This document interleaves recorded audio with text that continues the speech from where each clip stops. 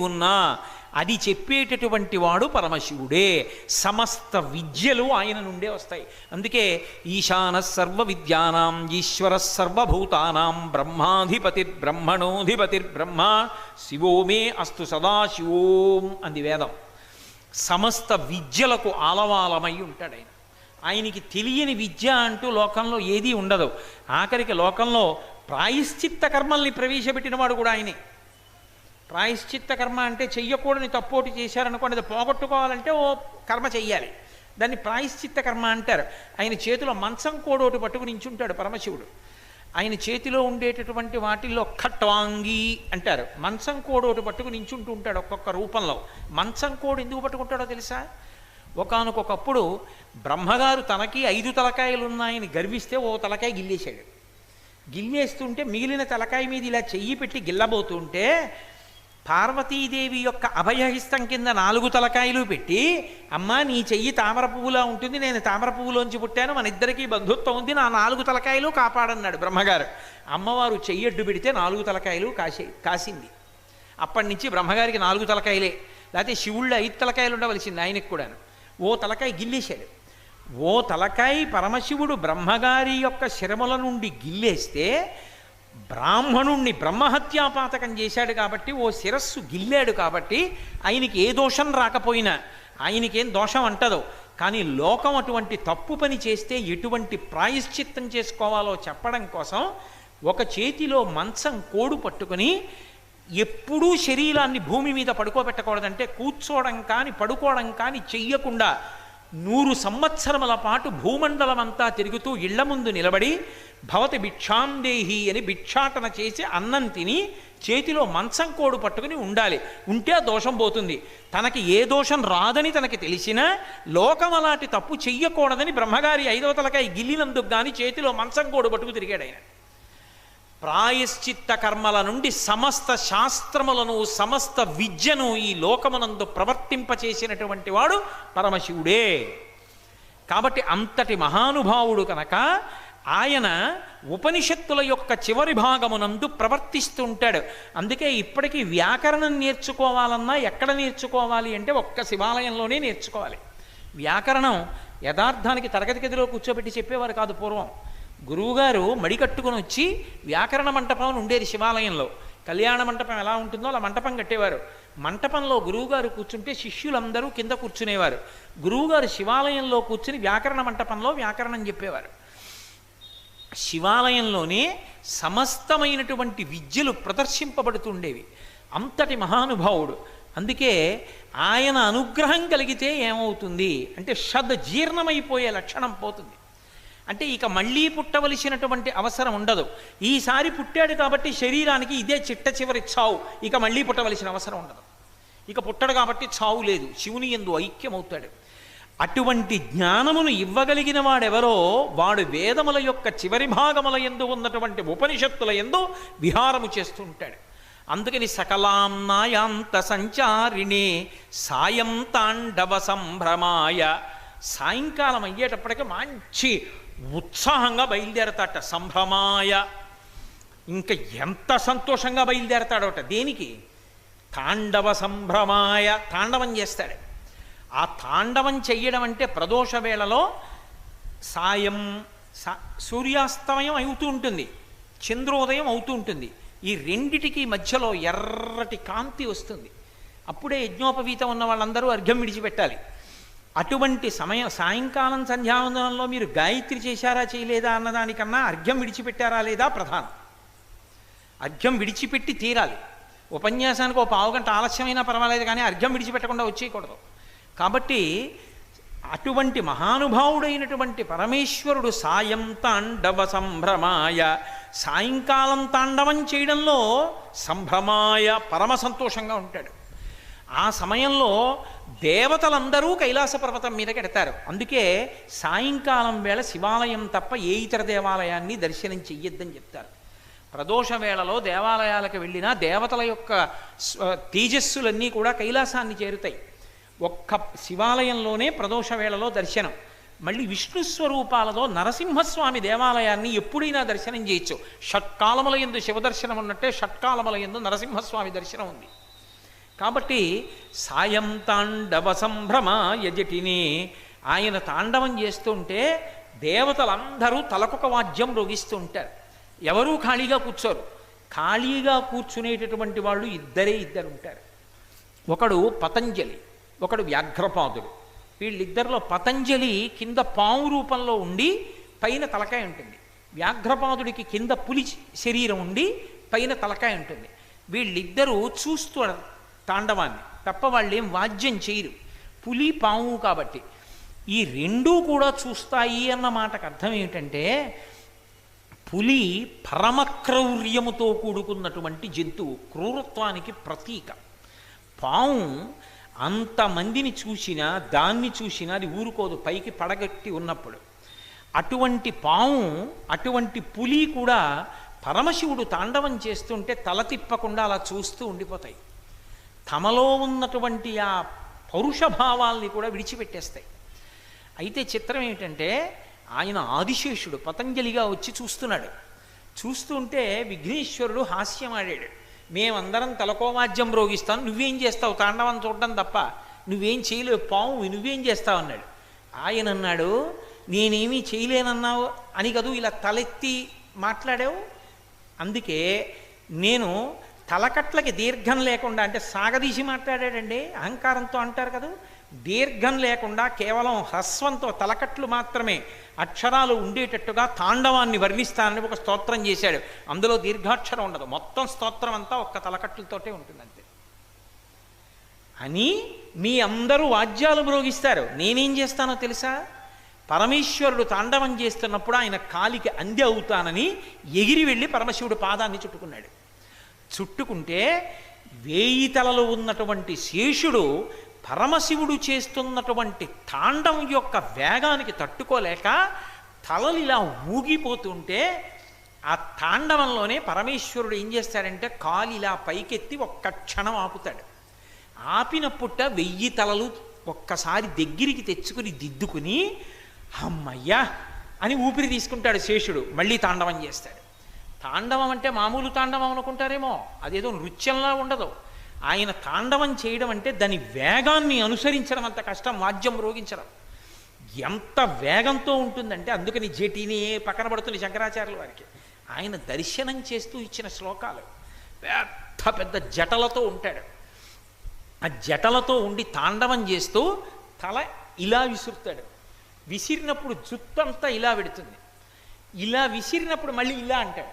అన్నప్పుడు ఇటు ఈ జుత్తు మళ్ళీ ఇటు రావాలి కదా, ఇటు జుత్తు ఇటు రాకముందు ఇటు జుత్తు ఇటు, ఇటు జుత్తు ఇటు తిప్పుకుంటాడు. ఇది ఇటు ఎగురుతుంది, ఇది ఇటు ఎగురుతుంది. ఎవరికైనా తలకాయ ఇలా తిప్పితే జుత్తంతా ఇటు వస్తుంది, ఇలా తిప్పితే జుత్తంతా అటు ఎడుతుంది. ఏదో పెద్ద జులపాలు జుత్తు ఉంటే అలా కావాలని జుత్తు మీద పడిపోవాలని పరిగెత్తి పరిగెత్తి బంతులు ఇసిరేవాళ్ళు కొంతమంది ఉంటారు. అలా జుత్తు ఏదో ఓ పక్కకి పోతుంది అటో ఇటో. పరమశివుడికి అలా కాదు, ఎంత వేగంగా తల తిప్పుతాడంటే ఆయన జుత్తు ఇటుది ఇటు ఇలా ఎగురుతూ ఉంటుంది, ఇటుది ఇలా ఎగురుతూ ఉంటుంది. మధ్యలో తల ఒక్క క్షణం నిలబెట్టి నవ్వుతాడు. అంత వేగంగా కదులుతున్నాడని ఏదో ఉత్కంఠతో బిగిసిపోయి ఉండడు, చక్కటి చిరునవ్వుతో ఉంటుంది. అందుకే విదేశీయులు నటరాజస్వామి వారి విగ్రహాలే ఎత్తుకుపోతారు. వాళ్ళకి ఆశ్చర్యం, అసలు ఇలా ఎలా ఉంటాడు, అంత వేగంగా తాండవం చేస్తాడు. ఆ తాండవం చేస్తున్నప్పుడు మృదంగం వాయిస్తూ కదులుతాడు, ఓ చేతిలో అగ్నిగుండాన్ని పట్టుకుని, ఓ కాలు పైకెత్తి నించుని, ఓ కాలు కింద ఆ అజ్ఞానం అనేటటువంటి రాక్షసుండి తొక్కి పడతాడు. నటరాజమూర్తి అద్భుతం అసలు. అటువంటి నటరాజస్వామి వారి యొక్క తాండవం సాయంకాలం వేళ జరుగుతుంది. ప్రదోష వేళ సాయం సంధ్య పరమశివుని యొక్క విహారకాలం. ఆయన తాండవం ప్రారంభం చేసే ముందు ఒక్కసారి భూమండలం మించి వెడతట్ట. వెళ్ళినప్పుడు ఆయన భూమండలం మీద దిగేటటువంటి ఏకైక క్షేత్రంగా చెప్పబడేది శ్రీశైలం. శ్రీశైలంలో దిగుతాడు నందివాహనారూఢుడై అంటారు. ప్రదోష వేళలో ఆయన వెళ్ళిపోతున్నప్పుడు భగవత్ చింతన చేస్తూ ఉన్న వాళ్ళని చూసి పరమప్రీతి పొందుతాడు. అందుకే నా చిన్నతనంలో నాకు బాగా గుర్తు, ప్రదోషవేళ అయ్యేటప్పటికీ గబగబా స్నానాలు చేసి మా అమ్మగారు అమ్మమ్మగారు వీళ్ళందరూ వచ్చి కూర్చుని సాంబ సదా శివ సాంబ సదా శివ సాంబ సదా శివ సాంబ శివ అల్లుకాధీశ్వర అంటూ అకారం నుంచి మొదలుపెట్టి ఆఖరి అక్షరం వరకు చెప్పను, మళ్ళీ సాంబ సదా శివ అంటుండేవారు. సాంబ సదా శివ, సా అంబ అమ్మతో కూడుకున్న శివుడు నందివాహనారూఢుడై వెడుతూ ఉంటాడు. ఆ సమయంలో భగవచ్చింతన లేకుండా విశృంఖల కాముకత్వంతో భార్యతో రమించినటువంటి వాడి కడుపున 7 తరాల్ని మళ్ళీ మహాపాపంతో పడగట్టగలిగినటువంటి పరమ పాపభూయిష్టమైన జీవనం ఉన్నవాడు పుడతాడు. భాగవతంలోనే నిరూపణమైంది. దితి వెళ్ళి కశ్యప ప్రజాపతిని ఆ సమయంలోనే అడిగింది బిడ్డలు నిమ్మని. ఇది ప్రదోష వేళమ్మా, పరమశివుడు నందివాహనారూఢుడై వెడుతూ ఉంటాడు. ఈ సమయం అభావ్యంబయ్యే ఎలా కూడగన్ ఎలా ధర్మంబు వీడగన్. ఇప్పుడు భార్యాభర్తలు కలవకూడదన్నాడు. ఆమె నిస్సిగ్గుగా కశ్యప ప్రజాపతి యొక్క పంచపట్టి లాగింది. నీ కర్మ అలా ఉంది అని సంగమించాడు. దానివలనే హిరణ్యకశిపులు పుట్టాడు. కాబట్టి ప్రదోష వేళ కేవలము భగవత్ చింతనకు మాత్రమే సంబంధించిన సమయం తప్ప ప్రదోష వేళలో ఏ అన్యమైనటువంటి విషయముల యొక్క స్పర్శ పనికిరాదు. అందున చైత్రమాసంలో ప్రదోష వేళలో శివానందలహరి మొదలుపెట్టి చెప్పుకోవడం అంటే భగవంతుని యొక్క అనుగ్రహం చేత చెప్పుకుంటున్నాం, వింటున్నాం తప్ప ఆయన అనుగ్రహం లేకపోతే సంభవమా? కాబట్టి ఆయన అటువంటి అద్భుతమైనటువంటి తాండవం చేస్తాడు. ఆ తాండవాన్ని చూడాలని ముచ్చటపడిపోతారట అందరూ.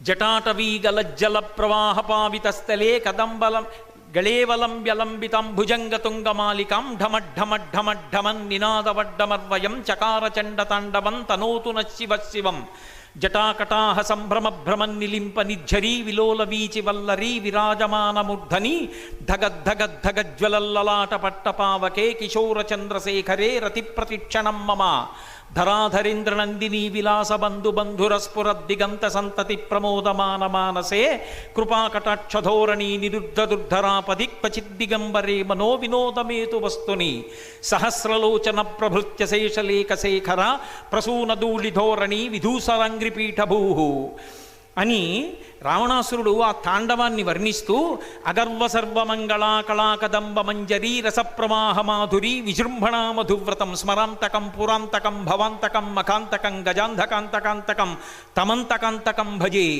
కరాళపాల పట్టిక సహస్రలోచన ప్రభృత్యశేషలేఖ శేఖర ప్రసూనధూళిధోరణీ విధూసరాంగ్రిపీఠభూ భుజంగరాజమాలయ నిబద్ధజాటజూటక అని కుచాగ్రచిత్రపత్రక ప్రకల్పనైక శిల్పిని త్రిలోచనే మతిర్మమ వృషద్విచిత్రతల్పయోర్భుజంగముక్తికస్రజో గరిష్టరత్నలోష్టయో సుహృద్విపక్షపక్షయో తృణారవిందచక్షుషో ప్రజామహీమహేంద్రయో సమప్రవర్తయన్మనః కదా సదాశివం భజే కదా నిలింప నిర్ఝరీ నికుంజకోటరే వసన్ విముక్త దుర్మతి సదా శిరస్తమంజలిం వహన్ విముక్తలోలలోచనల్లలాటపాల లగ్నక శివేతి మంత్రముచ్చర సదా సుఖీ భవామ్యాం పూజావసాన సమయే దశవక్త్రగీతం యశంభుపూజనమిదం పఠతి ప్రదోషే తస్య స్థిరాం రథ గజేంద్ర తురంగయుక్తాం లక్ష్మీం స్తథైవ సుముఖీం ప్రదదాతి శంభు అని చెప్పుకున్నాడు. ఆయన తాండవం చేస్తుంటే జటాకటాహ సంభ్రమభ్రమన్ నిలింప నిర్ఝరీ విలోలవీచి వల్లరీ విరాజమానమూర్ధని ఆయన ఢమ ఢమ ఢమ ఢమ నినాద వడ్డమర్వయ ఢమ ఢమ ఢమ అని శబ్దం చేస్తూ ఢమరుకాన్ని మోగిస్తూ తాండవం చేస్తూ ఉంటే జటాజూటం అంతా కూడా ఒక బిందెలా నిలబడిపోతే అందులో ఉన్నటువంటి గంగ బయటికి రావడానికి చోటు లేక నెత్తి మీద నీళ్ల బిందె పెట్టుకుని తాండవం చేస్తూ ఉంటే నీరు ఎలా పైకి కనపడుతుందో అలా గంగ తుంపర్లుగా పైన పడుతూ ఉంటుందిట. మహారణ్యంలో ప్రవహిస్తున్నటువంటి గంగ ఎలా ప్రవహిస్తుందో కటిక చీకట్లో అలా ఆయన జుత్తు మధ్యలో ప్రవహిస్తున్నటువంటి గంగతో కలిసి సహస్రలోచన ప్రభృత్యశేషలేఖ శేఖర ప్రసూనధూళిధోరణి విధూసరంగ్రిపీఠభూ భుజంగరాజమాలయా నిబద్ధజాటజూటక శ్రియైచిరాయ జాయితాం చకోరబంధుశేఖర ఆయన తాండవం చేస్తూ ఉంటే ఒంటి మీద పెట్టుకున్నటువంటి పావులన్నీ జారిపోతూ ఒక్క క్షణం అలా నిలబడితే చాలు మళ్ళీ మేము సర్దుకుంటానికి అవి తత్తరబడిపోతుంటే పావులు అస్తవ్యస్తంగా కదిలిపోతుంటే కుచగ్ర చిత్రపత్రక ప్రకల్పనైక శిల్పిని త్రిలోచనే మతిర్మమ ఆ పార్వతీదేవి ఆలింగనం చేసుకుని ఉన్నటువంటి వాడు పక్కన అమ్మవారు కూడా నాట్యం చేస్తుంటే ఆ తాండవము లాస్యము ఏకకాలంలో జరుగుతుంటే దేవతలందరూ అనేకమైనటువంటి వాద్యములను మ్రోగిస్తుంటే సంధ్యాతాండవం చేస్తున్నటువంటి పరమశివుని యొక్క స్వరూపాన్ని ఆ మూడు కన్నులున్న మహాదేవుణ్ణి కాశీపట్టణంలో గంగానది మధ్యలో ఉన్నటువంటి సైకతం మీద కూర్చుని నా రెండు చేతులు పైకెత్తి నమస్కారం చేస్తూ ఒక్కసారి ఆ మూడు కుందలున్నవాణ్ణి నేను ఇక్కడ దర్శనం చేస్తూ ఆ తాండవాన్ని ఎప్పుడు చూస్తానో ప్రదోష వేళలో ఈ శివతాండవ స్తోత్రాన్ని పూజ చేసి ఎవడు చదువుతున్నాడో వాడి ఇంట యశంభు పూజనమిదం పఠతి ప్రదోషే తస్య స్థిరాం రథ గజేంద్ర తురంగయుక్తాం పెద్ద పెద్ద ఏనుగులు గుర్రాలు మొదలైనటువంటివి వీధిలో నిలబడి ఘీంకారం చేస్తూ ఉండగా అపారమైనటువంటి ఐశ్వర్యంతో తొలతూగేటటువంటి వాడవుతాడు ఈ తాండవ స్తోత్రం చదివినవాడు అన్నారు. అంత గొప్ప సంధ్యాతాండవం చేస్తుంటాడు ఆయన. అందుకే పరమశివుని యొక్క సంధ్యాతాండవానికి అంత శక్తి, అంత గొప్పదిగా చెప్పబడుతుంది.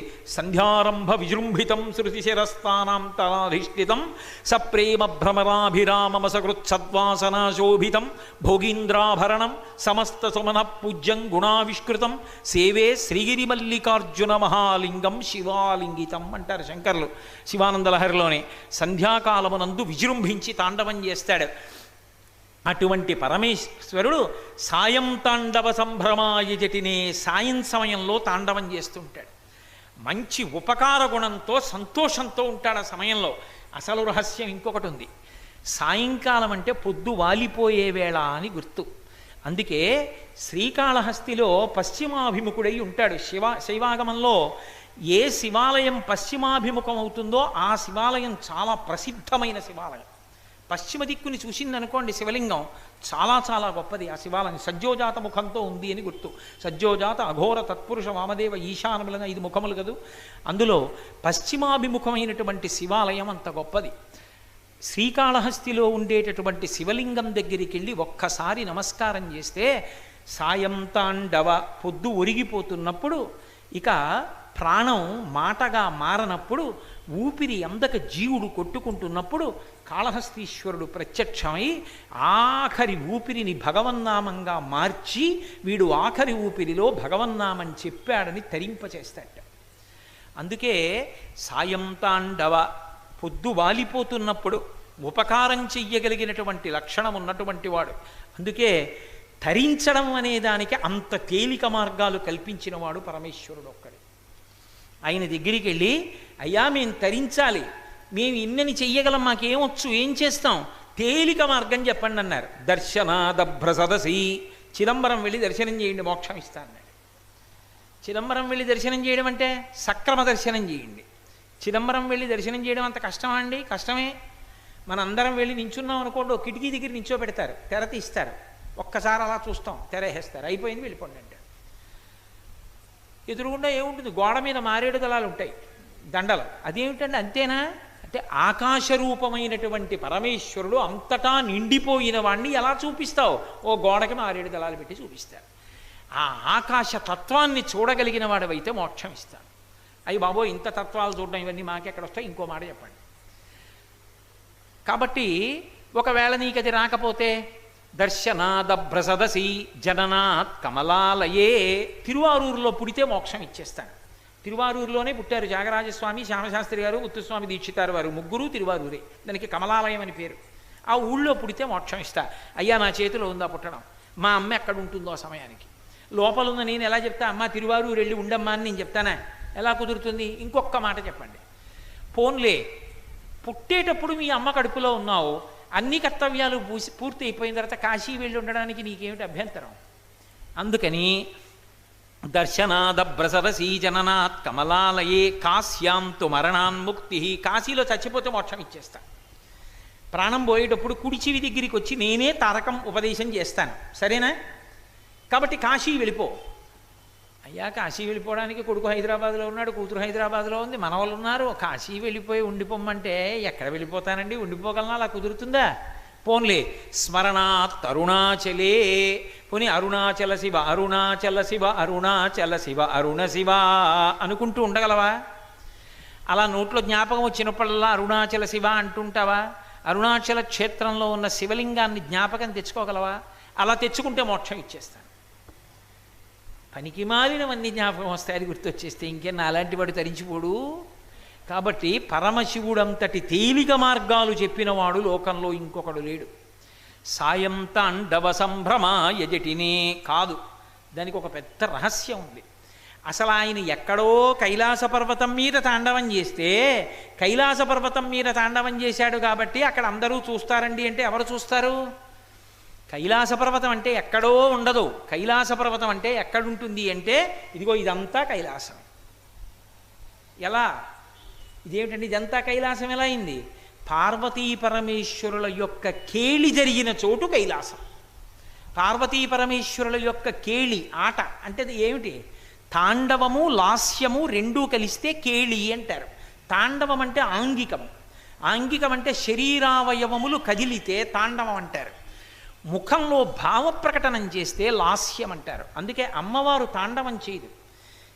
ఎందుకనంటే అమ్మవారు కూడా పరమశివుడితో అన్ని విధాలా సమానురాలు. అందుకే నిజతప ఫలాభ్యాం, ఎవరు ఎవరికన్నా ఎక్కువ అంటే చెప్పలేం. ఒక్క విషయంలో మాత్రం తప్పకుండా పార్వతీదేవి కన్నా శివుడే గొప్పవాడు. ఎక్కడ అంటే ఒకప్పుడు పరమశివుడు ఎలా తాండవం చేస్తే అమ్మవారు అలా తాండవం చేసి నువ్వా నేనా తెలియలేదు, ఎవరు గొప్ప చెప్పలేకపోయారు. ఇప్పుడు చిదంబరం వెడదాన్ని రమ్మన్నాడు. అందుకే ఇప్పటికీ నటరాజ సభ, చిత్ సభ అంటారు దాన్ని. ఆ నటరాజ సభ చూడాలి. నటరాజస్వామి దేవాలయం ఉండి అక్కడే శరభేశ్వరుడు ఉంటాడు, మీకు లోకంలో ఎక్కడా కనబడడు. అద్భుతమైనటువంటి మూర్తి. అడిగితే ప్రత్యేకంగా తలుపు తీసి చూపిస్తారు. శరభేశ్వరుడని సింహం ముఖంతో 8 కాళ్లతో ఉంటాడు, పక్షి రూపంలో ఉంటాడు. శరభేశ్వరుడని శివుడికి ఒక ప్రత్యేకమైనటువంటి అవతారం అది. ఆ శరభేశ్వరుడు ఉన్న చోట ఆ నాట్య మంటపంలో చిదంబరంలో జరిగింది పార్వతీ పరమేశ్వరుల మధ్య పోటీ. శ్రీ మహావిష్ణువుని న్యాయ నిర్ణేతగా పెట్టారు. పరమశివుడు ఎలా తాండవం చేస్తే అమ్మవారు అలా తాండవం చేసింది. ఇద్దరూ చేసేస్తున్నారు తాండవం. ఆపదే ఎవరు గొప్ప చెప్పలేకపోతున్నారు. చూశాడు పరమశివుడు ఒక్కసారి నిలబడి తన కుడికాలు అంతెత్తు పైకెత్తి పక్కనున్న కుంకుమ భరిణిలో బొటనవేలు ముంచి పైకెత్తి అమ్మవారి యొక్క లలాటాగ్రమునందు తన బొటనవేలుతో బొట్టు పెట్టాడు. పురుషుడు కాలు ఎంతెత్తైనా ఎత్తి తాండవం చేస్తాడు, స్త్రీ అలా చెయ్యదు. దాని గురించి నేను సభలో వివరణ చెయ్యక్కర్లేదు. కాబట్టి అమ్మవారు సిగ్గుపడి ఆగిపోయింది. తాండవంలో పరమశివుడే గొప్ప అని తీర్మానం చేశారు. అప్పటి నుంచి నాట్యానికి చక్రవర్తి పరమశివుడు నటరాజు. అమ్మవారు తాండవం చెయ్యకపోవచ్చు, లాస్యప్రియ లయకరీ, ఆమెకి లాస్యం అంటే ఇష్టం. ఆమె లాస్యం చేస్తుంది. లాస్యం అంటే భావ ప్రకటనం చేస్తుంది. అంతా కైలాసం అని నేను ఎందుకన్నానో తెలుసా? ఇప్పుడు నేను ఉపన్యాసం చెప్తున్నాను. అంతా అన్నప్పుడు చెయ్యిలా తిప్పాను, అంతా అన్నప్పుడు ఇదంతా అని చూపించడానికి ఒకసారి చెయ్యిలా తిప్పితే ఆంగికం, చెయ్యి కదిపాను, తాండవం. ఇప్పుడు అంతా అన్నప్పుడు నా చెయ్యిలా కదిలింది, శివుడు తాండవ రూపంలో చేతిని కదిపాడు. అంతా అన్నప్పుడు కళ్ళు పెద్దవి చేసి ఇలా చూశాను, లాస్యం, ముఖంలో భావం ప్రకటనమైంది. ఈ భావ ప్రకటనం లాస్యం. ఇలా అన్నప్పుడు చెయ్యి కదపడం తాండవం. తాండవం లాస్యం రెండు కలిస్తే పార్వతీ పరమేశ్వరుల కేళి. ఎక్కడుంది కైలాసం? ఇక్కడే ఉంది కైలాసం. ఎక్కడుంది కైలాసం? ఇదంతా కైలాసం. ఎంత కైలాసం కనబడుతుందంటే ఒకడు వెళ్ళిపోతూ ఉంటాడు, మంచి కోపంతో ఊగిపోతూ ఇలా చూపించి కోపంతో ప్రశాంతంగా ఇలా నిలబడి మాట్లాడతాడా? కోపంతో ఉండి ఊగిపోతూ ఉంటాడు, అప్పుడు అదొక ఆంగికం, తాండవం. ముఖం ఎర్రపడిపోయి కళ్ళింత పెద్దవి చేసేస్తాడు, లాస్యం. అది చూస్తున్నప్పుడు మిగిలిన వాళ్ళు కూడా భయంగా చూస్తుంటారు, లాస్యం. మీరు నన్ను ప్రశ్న అడగచ్చు, బాగుంది కానండి, ఒక నది పర్వతం మించి పడితే తాండవమా లాస్యమా? మరి పర్వతం పైనుంచి కింద పడుతోందిగా, కదలిక ఉందిగా, అప్పుడు తాండవం ఉందా లాస్యం ఉందా? అందులో ఏది ఉందని చెప్పాలి? రెండూ కలిసి ఎలా ఉంటాయి అంటే, నీ కళ్ళకి గంతలు కట్టి అకస్మాత్తుగా జలపాతం దగ్గరికి తీసుకెళ్ళి కళ్ళుకి గంతలు విప్పి అదిగో చూడు జలపాతం అంటే అబ్బా అంటావే, అప్పుడు నీ రెండు చేతులను కదిపి నీ కళ్ళు పెద్దవి చేసిన తాండవలాస్యములకు కారణము జలపాతము కాబట్టి జలపాతమునందు లాస్య తాండవములు ఉన్నాయి. కాబట్టి లాస్య తాండవములు లేనిది ఉండదు, అన్నిటి యందు లాస్య తాండవములు ఉంటాయి, అదే కైలాసం. కాబట్టి ఇదంతా కైలాసమే, పార్వతీ పరమేశ్వరుల యొక్క కేళీ విలాసమే. కాబట్టి సంధ్య యందు తాండవం చేస్తుంటాడు ఆయన. సంధ్య అన్న మాటకు అసలు అర్థం ఏమిటో తెలుసా? ఏరింటికి మధ్యనున్న సంధ్య. చీకటి పోయి వెలుతురు వస్తోంది, సూర్యోదయం అవుతోంది సంధ్య. సూర్యుడు నడినెట్టి మీదకి వస్తున్నాడు సంధ్య. సాయంకాలం అయింది, పగలు పోయి రాత్రి వస్తోంది సంధ్య. ఇవన్నీ సంధ్యలు. ఏ మార్పు లేకుండా కటిక చీకటిగా ఉన్నప్పుడు అర్ధరాత్రి 12 గంటల వేళ ఏదో అయిందని చెప్పుకోవడం ఈ దేశ సంప్రదాయం కాదు. సంధ్య అంటే పొద్దున్న ఉదయం అన్నా అవ్వాలి, మధ్యాహ్నం అన్నా అవ్వాలి, సాయంకాలం అన్నా అవ్వాలి, అంతేగాని అర్ధరాత్రి సంబరాలు చేసుకోవడం ఈ దేశంలో ఉండదు. ఎందుకు ఉండదు అంటే అర్ధరాత్రిని బట్టి సంవత్సరం వచ్చిందని ఇలాంటి పిచ్చి మాటలు మాట్లాడరు. పొద్దున చేసుకుంటారు ఉగాది, అంతేగాని అర్థం బద్ధం లేకుండా అర్ధరాత్రి సంవత్సరాలు మారాయని వెర్రికేకలేయడం ఈ దేశంలో లేదు. ఎందుకు లేదు అంటే దానికి వెనక సనాతనమైనటువంటి జ్యోతిష శాస్త్రము పంచాంగము ఉన్నాయి. దాన్ని బట్టి గ్రహాల యొక్క కదలికల్ని బట్టి సంవత్సరాన్ని నిర్ణయిస్తారు తప్ప అర్థం బద్ధం లేకుండా చేయడం ఇక్కడ ఉండదు. కాబట్టి ఆ సంధ్య అన్న మాటకు అర్థం ఏమిటంటే ఈ రెండిటి మధ్యలో ఆయన విజృంభిస్తూ ఉంటాడు. ఇప్పుడు చూడండి, నేను మీతో ఒక ఉపన్యాసం చెప్తూ ఒక వాక్యం పూర్తి చేస్తాను. ఆ వాక్యం పూర్తి చేసినప్పుడు నేను పీల్చినటువంటి ఊపిరి పూర్తి అయిపోతుంది. ఊపిరి లోపలికి తీస్తే కదూ నేను మాట్లాడడం. ఊపిరి తీస్తూ మాట్లాడలేను, లోపల వాయువు లేకుండా మాట్లాడలేను అని ఊపిరి పీల్చి ఆ లోపల ఉన్న ఊపిరిని విడిచిపెట్టేటప్పుడు ఊపిరిని వాక్కుగా మార్చి మాట్లాడతాను. మాట్లాడేటప్పుడు ఊపిరి అయిపోయినప్పుడు ఒక్క క్షణం ఆపుతాను అని మళ్ళీ పీల్చుకుంటాను. అప్పుడు నిశ్శబ్దం ఉంటుంది ఆ పీల్చుకున్నప్పుడు. కానీ ఈ రెండు వాక్యాల మధ్యలో లోపల శివుడు తాండవం చేస్తూ ఉంటాడు. తరువాత ఇది చెప్పాలి, ఇది చెప్పాలి, ఇది చెప్పాలి, జ్ఞాపకం తీసుకొస్తూ దీన్ని చెప్పు, దీన్ని చెప్పు, దీన్ని చెప్పిన వాక్యాలుగా మార్చి ఊపిరిని అందిస్తూ ఉంటాడు. లోపల ఆయన విజృంభించి తాండవం చేస్తున్నాడు కాబట్టి వాక్యాలు వస్తున్నాయి, లేకపోతే ఎక్కడి నుంచి వస్తాయి? కాబట్టి సంధ్యయందు తాండవం అన్న మాటకు అర్థం అది. ఆ రెండు సంకల్పముల మధ్య, రెండు మాటల మధ్య, రెండు వాక్యముల మధ్య, రెండు ఊపిరిల మధ్య, ప్రతి దాని మధ్యలో ఉండి విజృంభింపజేస్తూ ఉంటాడు కాబట్టి ఆయన సంధ్యాతాండవం